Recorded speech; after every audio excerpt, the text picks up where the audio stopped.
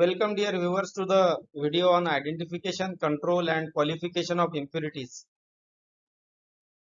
This is the 200 number video on the Pharma Learning in-depth channel, and I am very happy to see the response from viewers and comments for the channel, and these things encourage me for making the more informative videos.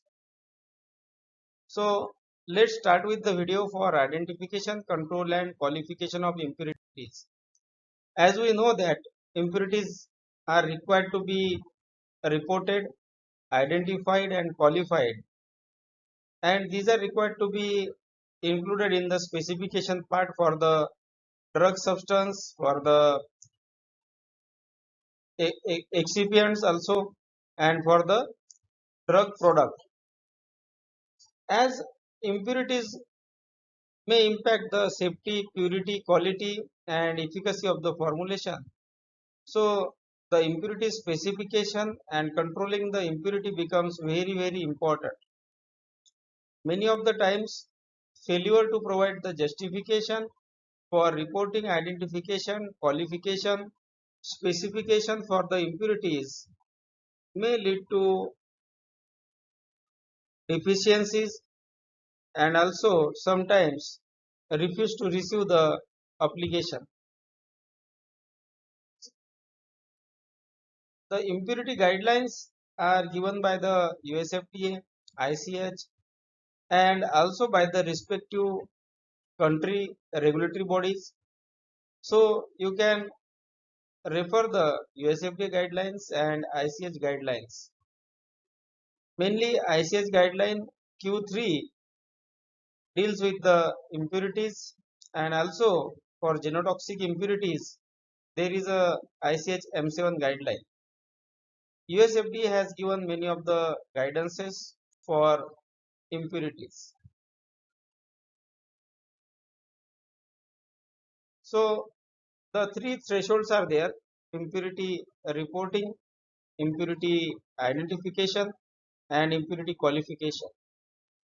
Based on to the maximum daily dose, the thresholds are defined, and based on that thresholds the impurities are required to be controlled. If impurity crosses the identification threshold, then that impurity is required to be identified, and identification of impurity means making the impurity known by its chemical structure. Identification is required for impurities which are above the identification threshold, and this identification is required to ensure the quality, purity and safety, and identification of the impurity is the first step in the qualification process. On the Pharma Learning in-depth channel, many videos are there, and out of those some I have included in the slides. So you can go and watch the impurity identification video to have good information. Then qualification. If the impurity is identified and if that impurity crosses the qualification threshold, that time the impurity is required to be qualified.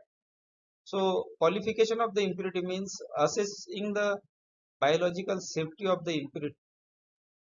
Generic products are required to have similar safety profile compared to the reference formulation or reference listed drug product. Safety studies are required for the impurities which are above qualification threshold. So qualification is generally done by the evaluation of toxicity by the toxicological studies. Many of the times the RLD profile is studied, that is RLD impurity profile, and comparative impurity analysis is done with the RLD or reference product. So qualification involves genetic toxicological studies and general toxicology studies to assess the toxicity. In general toxicity, generally 14 to 90 days period toxicity studies are performed onto the single species. Then general toxicity is done with QSAR evaluations to predict the general toxicity also. Repeat dose general toxicological studies are done. Sometimes published literature is there, can be included to characterize the safety of the impurity of intended route of administration of the drug product. So generally the general toxicity studies involve QSAR evaluations, a repeat dose general toxicity studies, and sometimes the impurity level can be justified based on to the published literature. So I have videos made on to the qualification based on to the toxicity studies. Then coming to the impurity qualification based on the metabolite. So if the drug have metabolite that may be significant, or that metabolite may be pharmacologically active or inactive. But if it is a impurity also, and if it is a metabolite also, that time the impurity level can be justified based on to the metabolite consideration. So if metabolite is considered as an impurity and metabolite data is required for the impurity justification, that time qualitative and quantitative information about the metabolite is required to be given in the application to justify the impurity level. Quantitative data of metabolite, that is a plasma concentration level of that metabolite, is required to be given to demonstrate the relevant systemic exposure, and this exposure is required to be given to justify the proposed impurity level or the proposed impurity specification based on to the metabolite data. I have made a separate video on impurity qualification based on metabolite data, so you can go through these videos to have good type of information or good understanding about the topic. Then coming to the total impurity. So total impurity is the sum of individual impurity limits. Whatever the specified impurities are there in the specification, make the sum of all impurities and give the specification limit for total impurity. So total impurity should not be given such that it compromise the potency or it compromise the assay. For example, if you consider the assay limit of 95% as minimum, then the remaining 5% can be the limit for total impurity. You cannot give the impurity limit for total impurity like 7% or 8% because it is compromising the assay limit.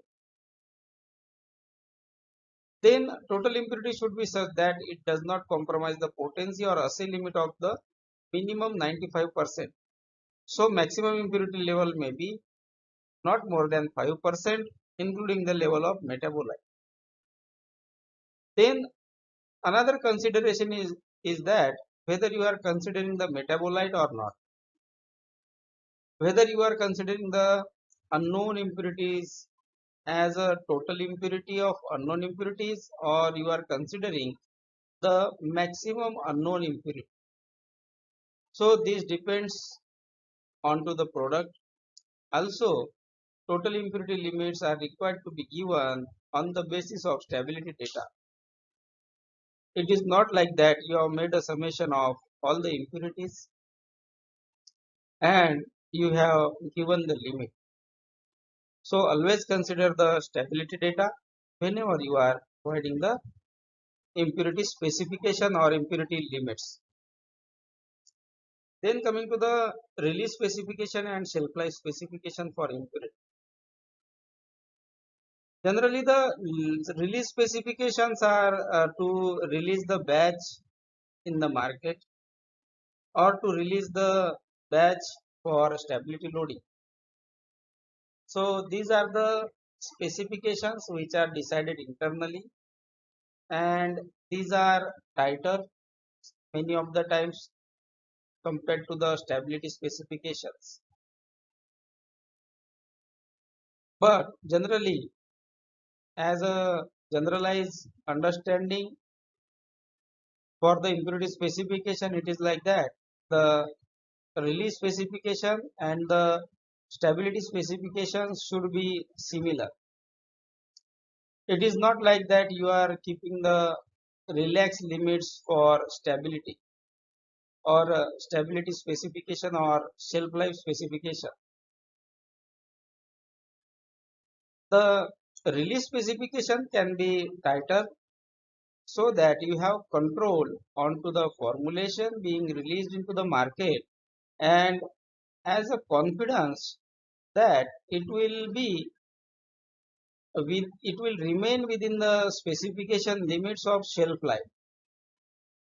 So it depends on the product. Then the shelf life specification.